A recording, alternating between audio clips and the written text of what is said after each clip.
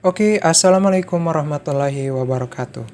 Kembali lagi bersama saya Muhammad Tegar Yunus dan di video kali ini saya akan membahas tentang salah satu jenis atau bagian dari subordinate clause yang selanjutnya, yaitu participle clause.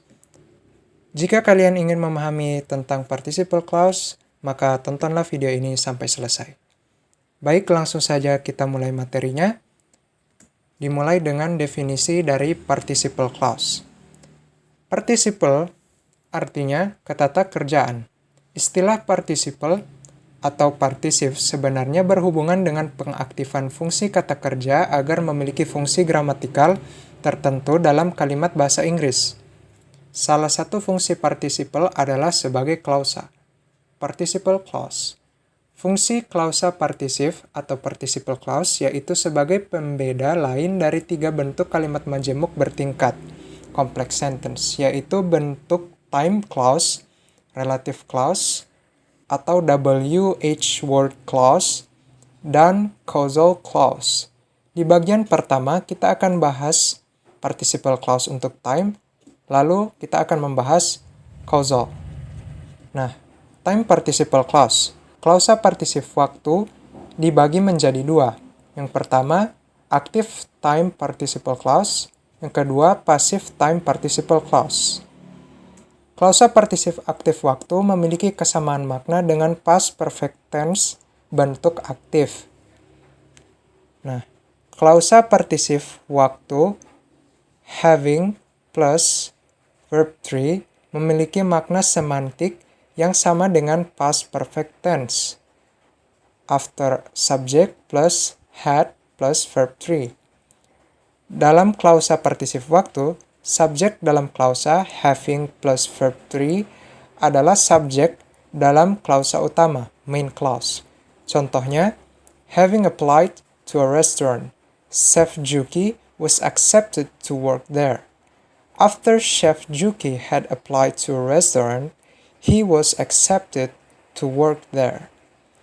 Kalimat pertama disebut active participle clause, sedangkan kalimat kedua disebut past perfect tense, bentuk aktif. Nah, selanjutnya passive time participle clause. Klausa partisip pasif waktu memiliki kesamaan makna dengan past perfect tense bentuk pasif.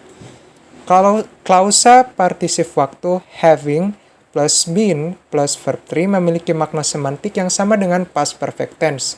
After subject plus had plus been plus verb 3. Dalam klausa partisip waktu, subjek dalam klausa having plus been plus verb 3 adalah subjek dalam klausa utama main clause.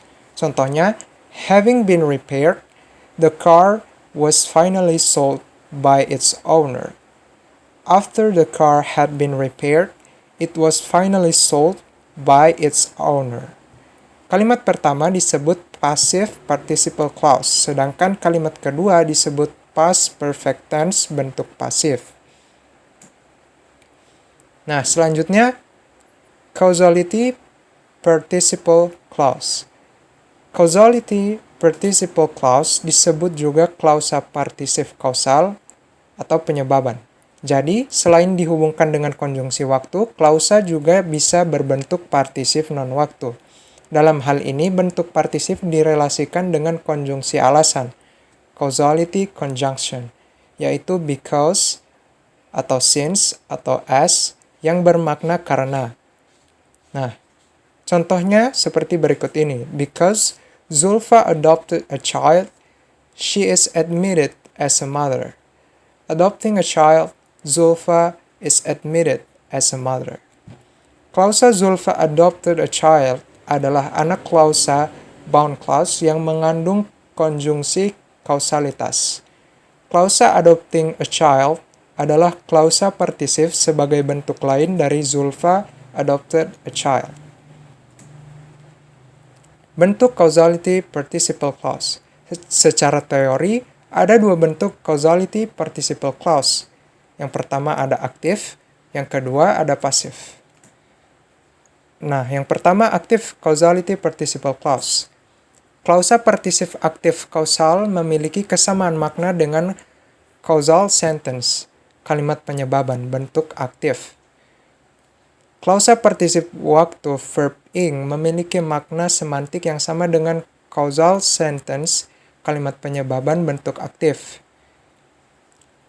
Dalam klausa partisip kausal, subjek dalam klausa verb ing adalah subjek dalam klausa utama, main clause. Contohnya, involving himself in a business, David looks so busy. Active causality participle clause. Because or since David involved himself in a business, he looks so busy. Complex sentence with causality subordinator. Kalimat pertama disebut active causality participle clause, sedangkan kalimat kedua disebut complex sentence with causality subordinator. Selanjutnya ada passive causality participle clause. Klausa partisip pasif kausal memiliki kesamaan makna dengan causal sentence, kalimat penyebaban bentuk pasif. Klausa partisip waktu verb 3 memiliki makna semantik yang sama dengan causal sentence, kalimat penyebaban bentuk pasif. Dalam klausa partisip kausal, subjek dalam klausa verb 3 ... adalah subjek dalam klausa utama, main clause. Contohnya, decorated so colorfully, the room seemed to be a rainbow. Passive causality participle clause. Because or since the room had been decorated so colorfully, it seemed to be a rainbow. Complex sentence with causality subordinator. Kalimat pertama disebut passive causality participle clause, sedangkan kalimat kedua disebut complex sentence with causality subordinator. Nah, selanjutnya causality participle for non-verbal form. Bentuk partisip kausalitas untuk non-verbal, bukan kata kerja, harus diawali dengan kata kerja bantu being dan diikuti oleh komplementer, seperti kata sifat adjektif, kata benda, noun, dan keterangan berpreposisi, adverb. Perhatikan perbandingan dua kalimat berikut. Being a heroine of Indonesia, Cut Nyak Din's name becomes the name of some roads in Aceh. Causality participle clause. Because Cut Nyak Din is a heroine of Indonesia, her name becomes the name of some roads in Aceh. Complex sentence with causality subordinator. Kalimat pertama dan kalimat kedua secara makna sama namun berbeda secara ketatabahasaan. Klausa partisip pasif memiliki kesamaan makna dengan causal sentence, kalimat penyebaban, bentuk pasif.